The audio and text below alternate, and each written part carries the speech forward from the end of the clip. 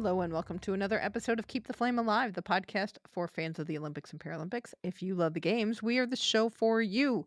I am your host, Jill Jaracz, joined as always by my lovely co-host, Alison Brown. Alison, hello, good day. Good How are day. you? And now we're getting into September, so we're seeing all the actual 25th anniversary pieces from Sydney, which is really Yes, exciting. It's like, oh, this is the actual day. So we'll see that through from mid-September through most of October. exactly. So we are doing a history episode this week, and we are covering all year long Sydney 2000. It's the 25th anniversary of these games. The games started September 15th and went through October 1st, and then the Paralympics are later in October. And yeah, I'm starting to see everything like, oh, wow. I can't wait to see what they do. Yeah, the Australian Olympic Committee has started to do a road show with different athletes. So there are things going around Australia. Unfortunately, they are not coming to us. I don't know why. Do they not know that you and I are here waiting for them? Right, right. I guess they're just gonna hang out with Ben Waterworth from Off the Podium. And the wombat. The wombat from Roy and HG, who we learned about earlier this year, and I've been obsessed with ever since. I should have known. One of the big things with Sydney 2000 was that a lot of women's events were added to the program. We start to see a big jump in gender equity. I always mess that up, even though Dr. Michelle Donnelly talked to us about that. I still mess it up, but women are getting to participate a lot more. You see more women's events. Yes. And we also have a couple of big new events, one of which is triathlon, which you've got the story on. Do tell. Yeah, we're going to start with triathlon. And with its combination of swim, bike, and run, the sport first appeared on the scene in the early 1970s, and the International Triathlon Union was formed in 1989, and the federation standardized rules and distances. Now, at the time, the most famous triathlon, and probably still the most famous triathlon, is the Ironman. Oh, yeah. And that race included a 3.9-kilometer swim, a 120-kilometer bike ride, and a full marathon run. Winning times were over 8 hours. So, Not sure. Can you imagine if they tried to propose that for an Olympics? right, the IOC did not have any interest in that kind of event. So, Although, wait, hold on, because when we get to modern pentathlon, you will see maybe they did have the stomach for that kind of event.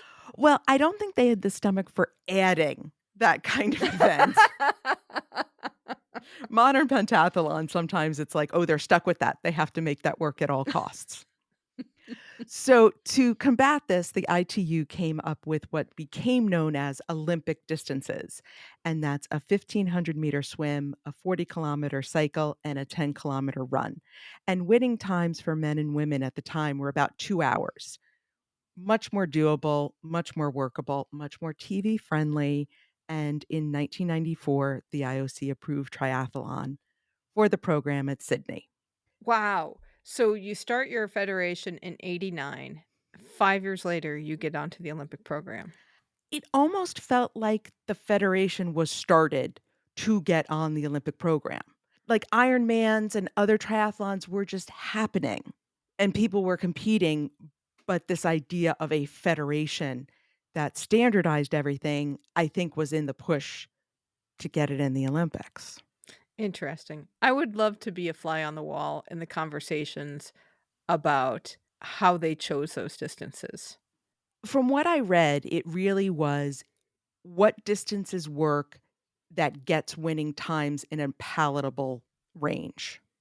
So if we wanna get into that 2 to 4 hour Mhm. races, how far can we go on each thing? Wow. That's so interesting to kind of figure that that's another puzzle to put together. So throughout the '90s, leading up to the Sydney Olympics, Brits and Australians dominated the men's events. Simon Lessing and Spencer Smith of Great Britain flipped the world title between them between '92 and '96, and no fewer than 8 different Australians reached the world podium in that decade. So that included Miles Stewart, Peter Robertson, and Craig Walton. And at the 1999 World Championships, we get a little break in the podium when Dmitry Gog from Kazakhstan made it. Yes, he took the title, and Lessing and Stewart rounded out the podium. Different on the women's side. It was mostly Canadians and Americans, but Australia really dominated. And from 96 to 99, the Aussies won 10 out of 12 world championship medals with 5 different athletes. Wow. And for the 2000 Olympics, 1999 world champion Loretta Harrop, 2000 world champion Nicole Hackett, and 6-time world medalist, including 2-time champion McKelly Jones, made up the Australian women's team. And Australian fans had a realistic dream of sweeping the podium. We'll just say that doesn't happen. Ah. Things go very unexpected in this race. Okay. Okay. So it seems even from the beginning, the swim portion of the Olympic triathlon was destined for controversy. So in Paris, you remember we had concerns over pollution of the Seine. In Rio, they talked about sewage in the water. In Sydney, it was sharks. So there was allegedly competitors who complained that they had seen sharks in the water in terms of, like, in the test events and when people went and looked at where this event was gonna happen in Sydney Harbor. Organizers took it seriously, so they deployed divers with electrical devices that emitted low-frequency signal that would deter sharks from the waters while the triathlon was going on. Is that a volunteer job that you would wanna do? No. No, thank you. But in terms of volunteers, no sharks were ever spotted. So we didn't lose anybody in the triathlon to Jaws. Doesn't mean things didn't get wild. So the women went first. Saturday, September 16th, 48 women dove into Sydney Harbor. After the swim, American Sheila Tarmina led by about a minute. And the first chase pack included McKelly Jones from Australia. Now, Tarmina was a swim specialist, and she actually won a gold medal with Jenny Thompson, who we've talked about before, in the 4 by 200-meter relay in Atlanta. So once they get on the bike, her lead quickly disappeared. And she also went on to compete at a third Olympic event in 2008, little thing called modern pentathlon. What? Wow, talk about your multi-sport multi that's like a meta multi-sporting. Like it's 1 to 3 to 5. As long as it involved swimming, she was gonna keep going. Wow, I guess the odds were in her favor. I'm sorry. There was no shark in this Hunger Games. Okay, so back to the race. The bike portion included a difficult climb and a sharp right turn across cobblestones, and to seemingly no one's surprise, there was a crash. And 2 riders were out, but none of the favorites. So German Joelle Franzmann, the youngest woman in the race at age 21, took the lead in the second lap, but heading into the next transition, a big group goes in together. So we're going into the last leg. All 3 Australians are in that lead group, and Jones gets out of the transition area first into the run. So as the run progressed, Jones and Halle pulled out ahead of Magali Mesmer of Switzerland and Joanna Ziegler of the US. Now, pulling up from 12th after the bike ride was little-known Swiss triathlete Brigitte McMahon. Okay. The 5 stayed together for most of the run, then McMahon and Jones pull away. They were neck and neck the whole way. So we get a sprint finish. McMahon pulls away in the last 100 meters, beating world champion Jones by less than 2 seconds. Wow. So Bridget McMahon wins gold, Michaela Jones wins silver, and McMahon's teammate Magali Mesmer wins bronze, only about 15 seconds behind. Wow. Very, very tight all the way through. But So very much exciting. so much fun listening to the Australian announcers on this race because they still were like, "We're gonna get the sweep," because all 3 of the Australians were really in the mix until the run portion. Wow. Wow, wow, wow, wow. So, not to be outdone, the men hit the course the following day. So, at the first transition out of the water, Craig Walton led, followed closely by Simon Lessing, big names in the field at the time. But there was this little Canadian named Simon Whitfield, and he was far back in the swim, but he had an excellent transition and worked his way up during the bike. Three riders were out in front, but only ahead of the big pack by about 8 seconds. So you've got the three, and then you have a chase pack, but they're all kind of close. Chase pack crashes, including Whitfield, and they all lose tons and tons of time.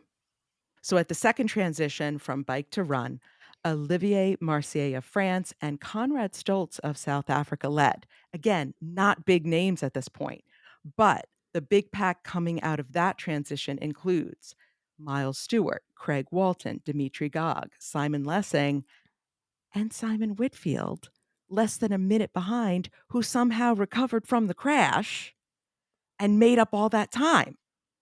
German Stefan Vukovic pulled into the lead during the run, and the pre-race favorites, the Lessings, the Stewarts, Walton, they just keep falling more and more behind.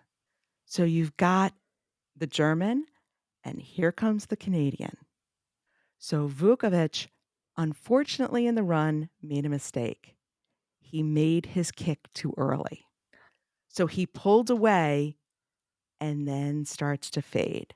And Whitfield turns on the gases and just pulls away, half a kilometer to go, crosses the finish line first, winning gold in an absolute stunning upset.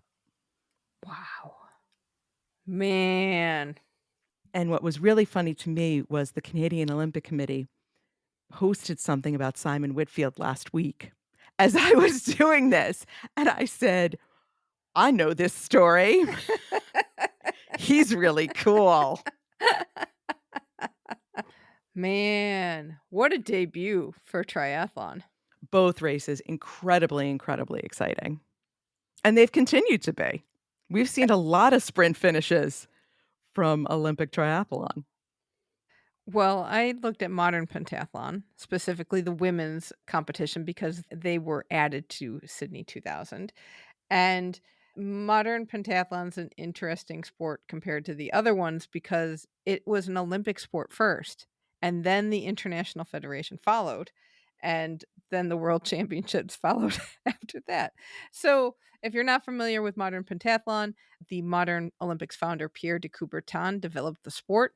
It was first in the Olympics at Stockholm 1912, and the International Federation, which is the acronym is UIPM, it was founded in 1948 after Oh, World that War was a II. long time A later. long time. So, I'm guessing the couple world wars had something to do with it, but the first world championships for men only, of course, was in 1949. Women had their first test event in 1977, and they got their first world championships in 1981.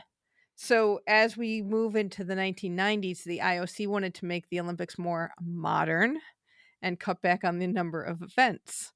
They also wanted sports to be, quote, popular, inexpensive, and accessible, end quote. And we all know modern pentathlon is not that. So the UIPM worked really hard to make changes to the sport, and one of them was moving to a one-day event so it could be more television friendly. And that first happened at Atlanta 1996, which we talked about in our Atlanta 1996 history year. Another change they pushed for was a women's event that they really wanted to have in Atlanta. But on August 28th, 1990, the UIPM received a letter from the IOC saying that not only would there be no women's event at Atlanta, they were going to get rid of the men's team and the men's team relay event. So now you're down to just one event for modern pentathlon. So the UIPM must have had like a come to Jesus moment because starting with the 1993 season, there were massive changes to every aspect of the sport. And it became a one day event with elements of each discipline changed so that it became more exciting for Atlanta 1996. And it proved to work. because in Atlanta, it was really popular, like, a lot of people bought tickets to Atlanta, so Sydney really wanted to add the women's event to their edition, and the UIPM lobbied for it again, and in 1998, they were successful. So we got 2 years to go until the Olympics, and the women get told, "Hey, you're gonna be in the games." So, of course, adding a women's event meant that athlete quota numbers had to come from somewhere, and some of them came from the men's competition. So, Atlanta's modern pentathlon had 32 men. At Sydney, they were 24 and 24. And remember that athlete quota because there's some interesting developments that happen because of Sydney. Modern pentathlon's on September 30th, the penultimate day of the games. And again, like Atlanta, it was an extremely long day with events held in 3 venues, but instead of them being kinda spread out as they were in Atlanta, they were within a 500-meter radius, and including the baseball stadium. They did the run in their baseball stadium. Did they just run around in circles? Yeah, it's a really windy course, and they even did that at Paris, where the run was within the Oh, right. jumping track, so you have to do it windy, and it's gets a little hard to figure out who is where, and it looks a little like mice going through a maze. But it works, and it's probably a lot more fun to run than a straight cross country course, and obviously you can watch everybody do it too. So, now we've got something that's a little bit more spectator friendly. Long day. Shooting starts at 6:45 in the morning, and contestants fired 20 shots from a 4.5 millimeter air pistol at 20 targets. So you got 1 shot per target, which pretty much sounds like they have to go 1 person at a time. Oh, And so this is before they combined running and shooting. yes, they didn't combine running and shooting, I think, until, like, 2012, I believe, and we're at air pistols, not laser pistols. So, the laser pistol that they have today, you just have to hit the target. That's more like biathlon. Here, they scored it like an air pistol competition. So, you got points based on how close to the center you were, and they competed in alphabetical order. They did They not. did too, yes. So can you imagine being the Z or the A? Fencing was the full round robin where every athlete fenced each other in the one touch up to 1 minute bout. Swimming was a 200-meter freestyle. And this time they were clumping athletes together more so by results so that they could have close heats. Before they were just kind of like, oh, blowouts. Riding was a 12 jump course, including a double jump and triple jump and optional water jump. In the riding segment, athletes ride unfamiliar horses. There were 12 of them. So the first half of the riders rode them all. Then 13th place takes the first place horse, 14th place takes second, and so on.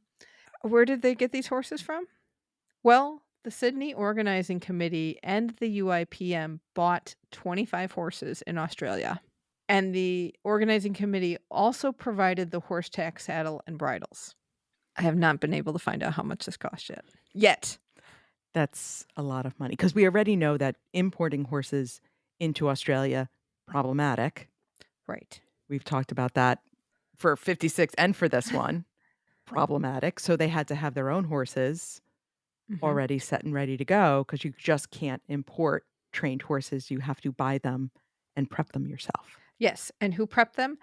Charles Sturt University and the Australian MPA, they trained them, and for doing that work, they were able to use the horses post-competition.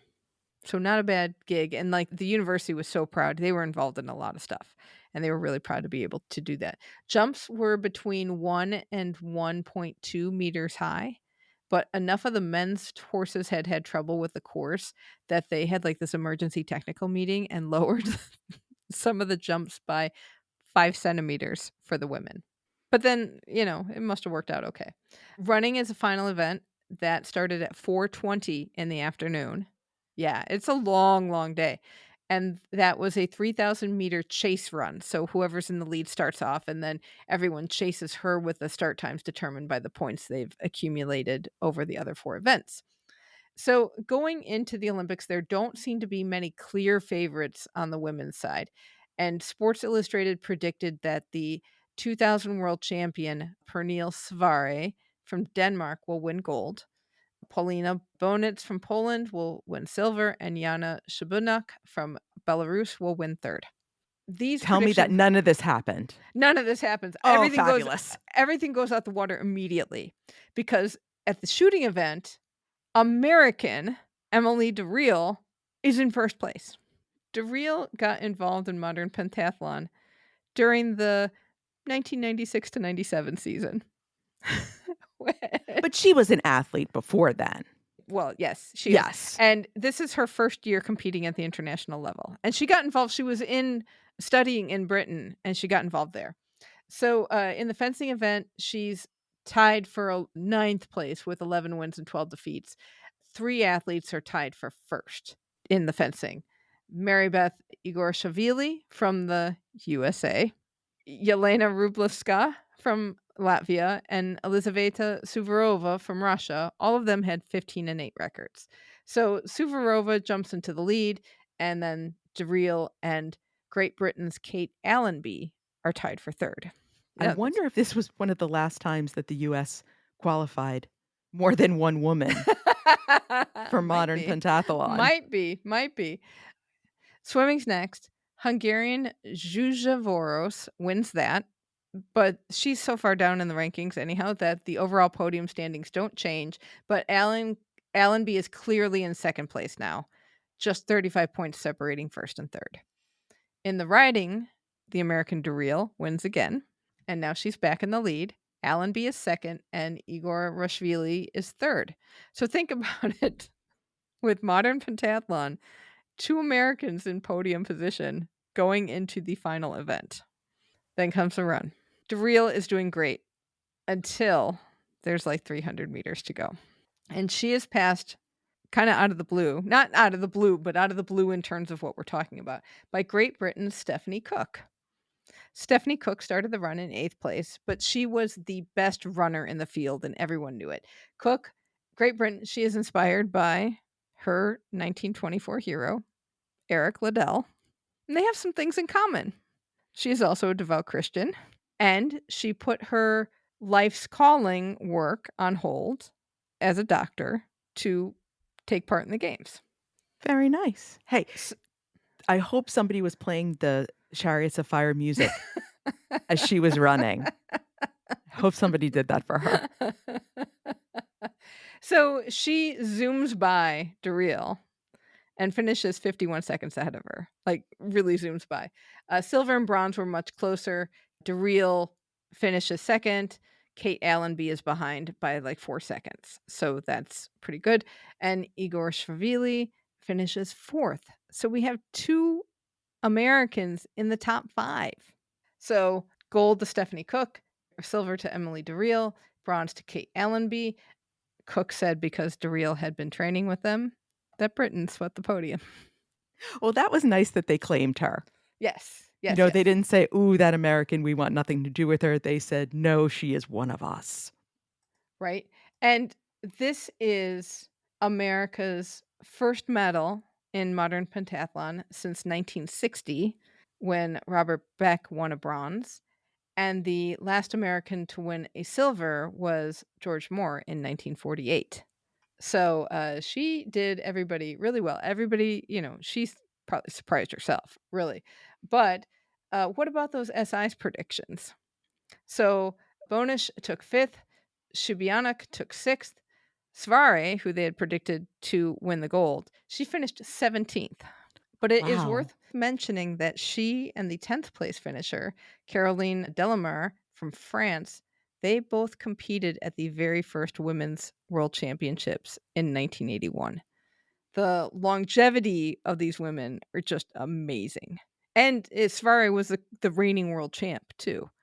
And this is not a sport where you see people competing, certainly not anymore, for 25 years. Right.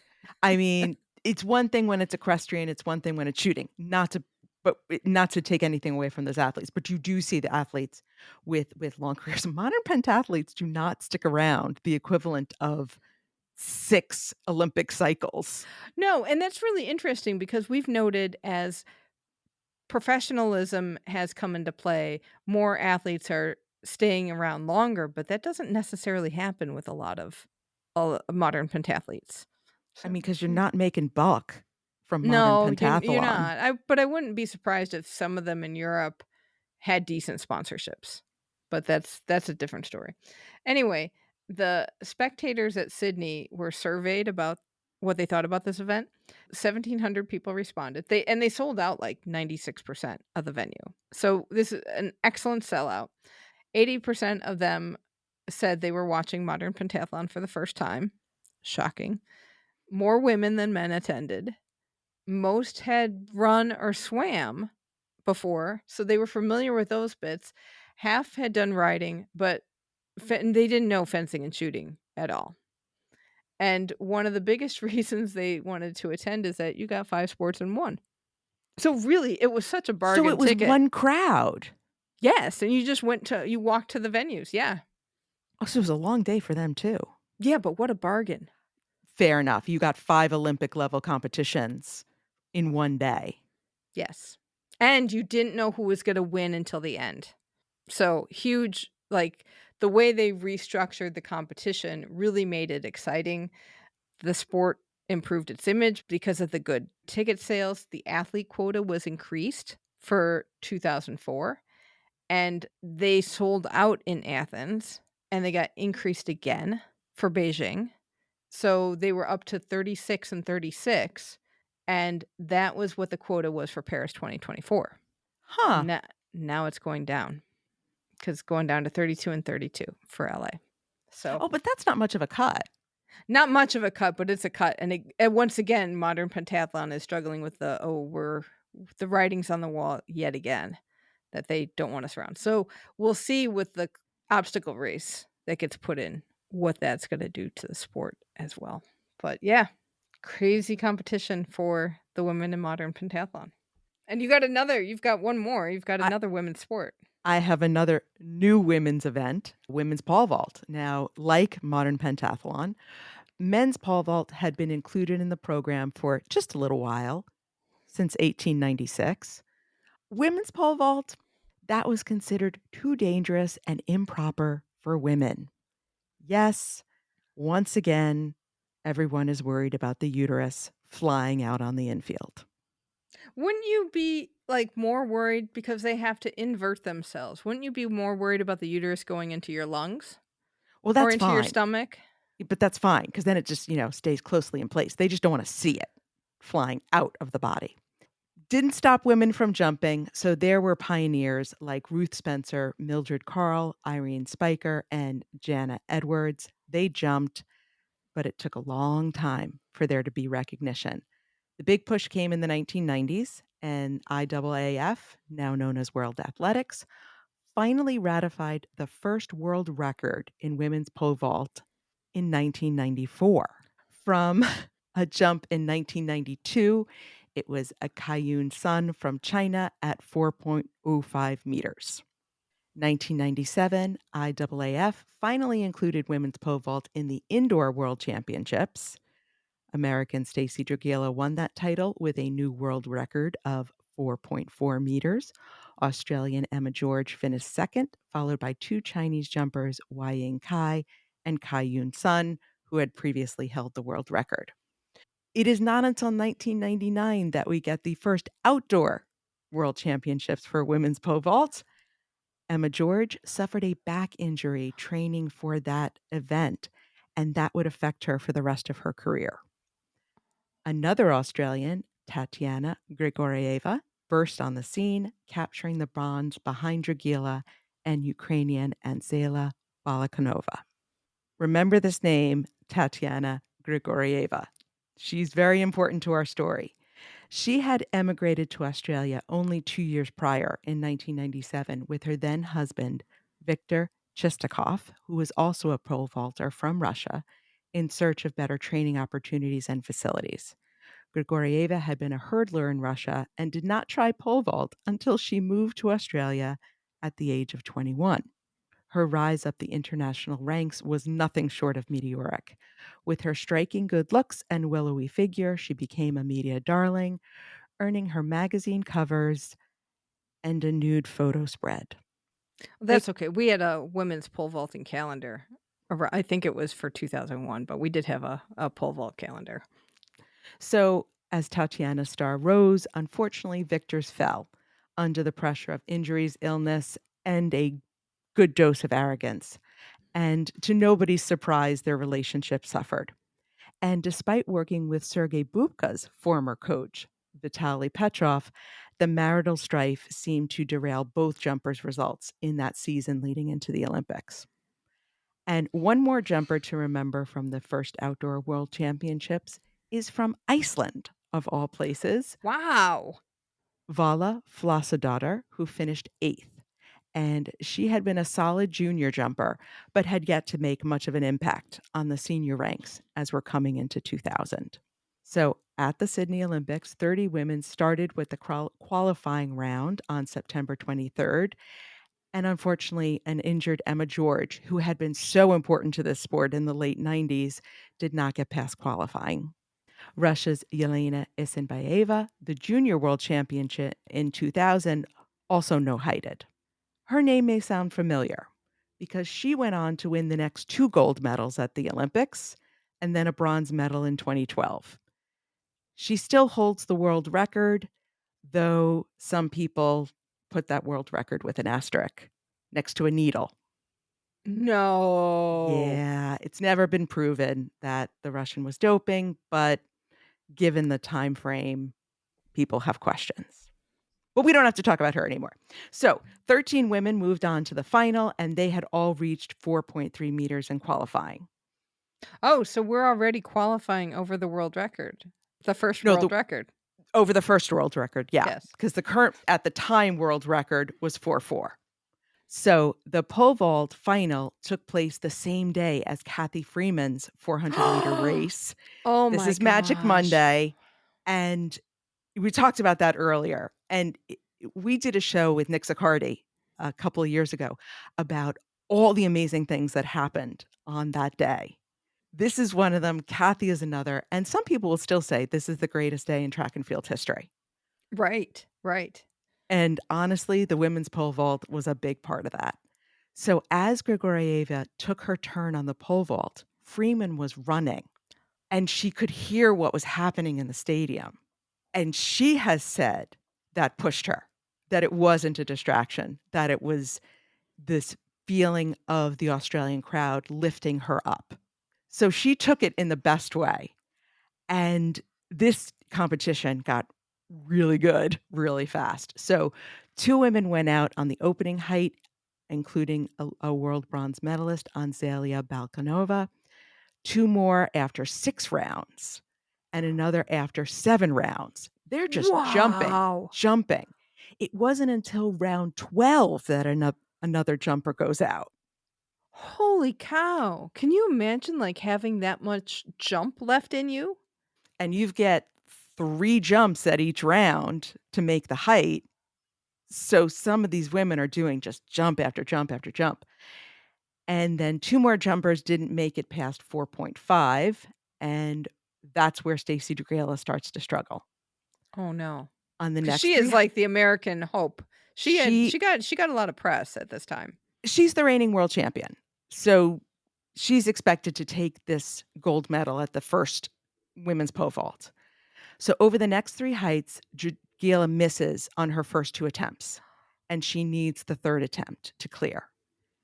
Tatiana Grigorieva has started slow this day, but had only needed 1 jump through several rounds, and also only needing 1 jump the whole day was Vala Flossadóttir from Iceland. What? Did she just go, "Well, I'm just gonna wait and wait and wait until the bar's that high?" No, every jump she makes in her first attempt. She's just clearing heights, and then she goes and relaxes. Oh my It's the gosh. greatest competition of this women's Wow. height. She does not miss until they hit 4.55 meters. Wow. But at that point, there's only 3 jumpers left. Wow, so we've got a podium, we don't know who is where. Exactly. So, at this point, at 4.55, Vala Flossadóttir is pretty securely no lower than bronze. She does not go any further than that. So now we've got to have a battle between Dragila and Grigorieva. Dragila clears 4.6. Grigorieva passes at 4.6, but then fails at 4.65, which means Stacy Dragila of the US wins gold, Tatiana Grigorieva wins silver, and Vala Flosadaughter wins bronze. Story's not over. Story does not end that day because what happens to these three women after the Olympics is fantastic and not fantastic. So in Sydney, Tatiana Grigorieva worried that the crowd would be disappointed in her silver medal after what happened with Kathy Freeman. She had no reason to be. They celebrated this silver with as much enthusiasm as the gold from Kathy Freeman. And Grigorieva has said in the years since that it was at that moment she felt truly Australian. Aw. And you can imagine she hadn't been in Australia all that long, and the crowd really said, "Oh, no, you're one of us," but with a much better accent. So later that week, her husband, Viktor Chistakov, finished 5th in the men's pole vault. While preparing for the 2004 Olympics, Chistakov admitted to an affair with another pole vaulter, and their marriage ended. And neither Viktor nor Tatiana made the team for Athens. Chistakov decided to return to Russia and attempt a comeback. And he was representing Russia as late as 2009, but he has never won a medal on a senior international event. Wow. Man. Grigorieva retired from competition and moved to the Gold Coast. She bought a cake and gelato shop. She which she has since sold, but she had it for several years, and there's a lot of business press that you can find about Okay. when she owned the shop, and I'm like, I can guarantee you this woman did not eat cake and gelato while she was competing. No, I guess she's making up for many years of lost time. Exactly. So she also competed on Australia's version of Dancing with the Stars and Gladiators. Oh, wow. She married again, and she now has 2 children, and she now works as a high performance coach. Wow. The gold medal winner, Stacy Dragila, continued on to the 2004 Olympics, but she did not make it past the qualifying round in Athens. After she retired, she founded the Stacy Dragila Vault Camp and owns the Elite Training Center and continues to train the future generation of women pole vaulters. Excellent. But this is the best one. So Vala Flossdotter's result was the highest jump of her career and the best result of her career. She is the only woman from Iceland to ever win an individual Olympic medal, and she later earned a PhD from Lund University in Sweden in physical therapy. Her dissertation is titled, when translated into English, "O knee, where art thou? Patient-reported outcomes and physical performance in individuals with acute knee injury." So, Dr. Flossadaughter, thank you so much for that title. That made all the research on this episode worth it. Well, would you like to hear Sports Illustrated predictions for this event? Oh, yeah. Gold for Stacy Dragila, silver for Emma George, and bronze to Angela Balaknova. Yeah, nobody was looking for the Icelandic lady. No, no. Iceland will Sports show you. Illustrated was not doing so great on their No, they never predictions. do great. They never do great. Like, But the that's worst thing that can happen to you is you get predicted. Well, I know there's a whole Sports Illustrated cover curse that if you get on the cover, you're gonna get hurt. right. So my cover is Ivan Ivankov of Belarus. He is the world's best gymnast. Let me quick look up how he did. Did he end up with "Oh, knee, where art thou?" an acute knee injury? So it was a curse for him. In 2000, he finished fourth in the all around. In the team all around, it looks like Belarus might have been eighth. In the floor exercise, he was 56th. In vault, he tied for 39th. Parallel bars, he was fifth. horizontal bar tied for 11th and round 1, and rings tied for 5th, and pommel horse was 31st. What happened to him? He was Uh, falling off things all over the place. Or he was oh, hurt. oh, right. So, man, yeah, yeah. Who else Don't ever get joined? on the cover of Sports Right. Illustrated. Well, Erin Jackson was on the cover for Okay. Beijing, and she did okay. Yes, fair enough. And speaking of Although she magazines, she did have she did have a scare. that's Remember true that? She had in this the trials. yes. Don't put any of our people on the cover anymore, Sports Illustrated, because you know they listen to us.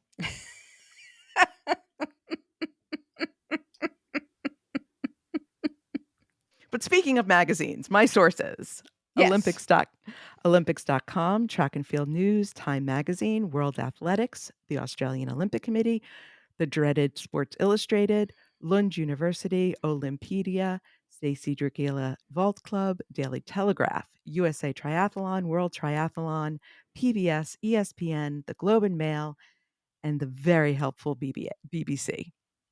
And for me, my sources were Andy Archibald's book, Modern Pentathlon, A Centenary History, 1912 to 2012, Associated Press, BBC, Olympedia, Franck Joux, Olympics.com, Sports Illustrated, Sydney 2000 Official Report and Modern Pentathlon Results, the UIPM, and USA Pentathlon.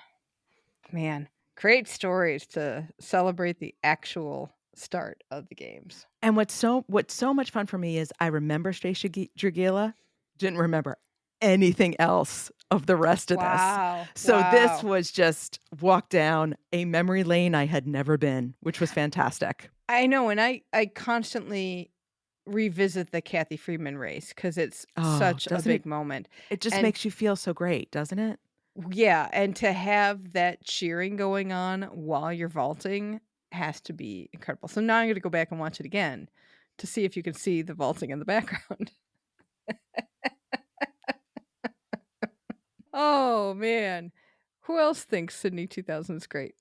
That would be listener Tommy, who left us a note after our gymnastics episode on the Facebook group, and he said, "Loved your review of the Sydney 2000 gymnastics fiasco. I always learn something new on your show." And if you would like to hear your name here, leave us a review on your podcast app or check out the other ways to get in touch with us in the episode details. We feature a review, comment, email, or voicemail every week, and we would love to hear what you think and get yourself featured on the show. And that's going to do it for this episode. Thank you so much for listening. And until next time, keep the flame alive.